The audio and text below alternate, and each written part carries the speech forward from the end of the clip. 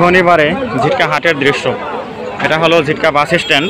এখানে বড় বড় বাস আগে স্ট্যান্ড করা থাকতো, কিন্তু ছোট গাড়ির দৌরাত্মের কারণে বাস সার্ভিসগুলো খুব সহজেই বন্ধ হয়ে গেছে। ঐতিহ্য হারাচ্ছে এই বাস স্ট্যান্ড। এখানে ওই পাশে অটো রিক্সা, সিএনজি এই জাতীয় ছোটো ছোটো গাড়িগুলো থাকে। আর আজকে শনিবারে আপনারা দেখতে পাচ্ছেন যে প্রচুর বাঁশ নির্মিত বিভিন্ন গৃহস্থালী কাজে ব্যবহৃত জিনিসপত্র, এখানে পলো, টুকরি, জেলেদের মাছ রাখার ঝুড়ি, ওই যে গরুর মুখে দেওয়ার টোনা, কুলা, চালন, মাছলা এবং বড় বড় ঝাঁকা, খৈসা বলে, এই যে জেলেদের মাছ রাখার খৈসা। এর পাশে হলো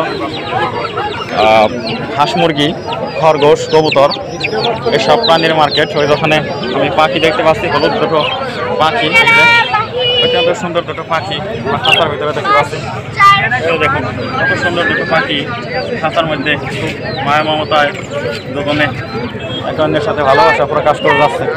আর এর পাশে এই যে দুটো খরগোশ, অনেক সুন্দর দুটো খরগোশ। এই যে ওরা অলসে করেছেন।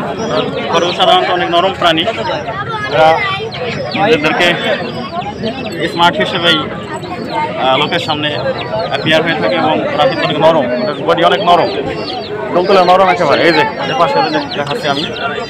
আর এই পাশে হলো হাঁস মুরগি। হাঁস মুরগিগুলো বিক্রির জন্য এখানে রাখা হয়েছে। এই যে চীনা হাঁস সহ আমাদের দেশি হাঁস মুরগি অনেক রয়েছে।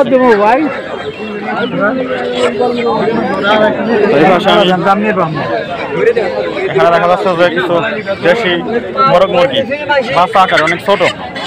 সব মিলিয়ে আমাদের মার্কেটে কিন্তু খরগোশের সংখ্যা অনেক বেশি। আগে কিন্তু মার্কেটে খরগোশ দেখাই যেত না, ইদানিং দেখা যাচ্ছে যে খরগোশের মার্কেট হিসেবে ঝিটকা গড়ে উঠছে।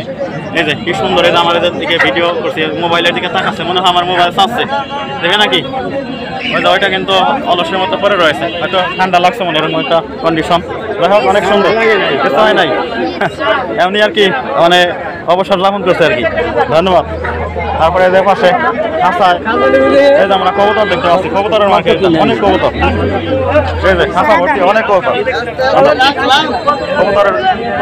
কবুতর এখানকার অন্যতম প্রাণী। এই মার্কেটে সুনামধন্য এই মার্কেটে মানে কবুতর প্রচুর উঠে থাকে। এই যে বড় বড় মোরগ নিয়ে আসা হয়েছে।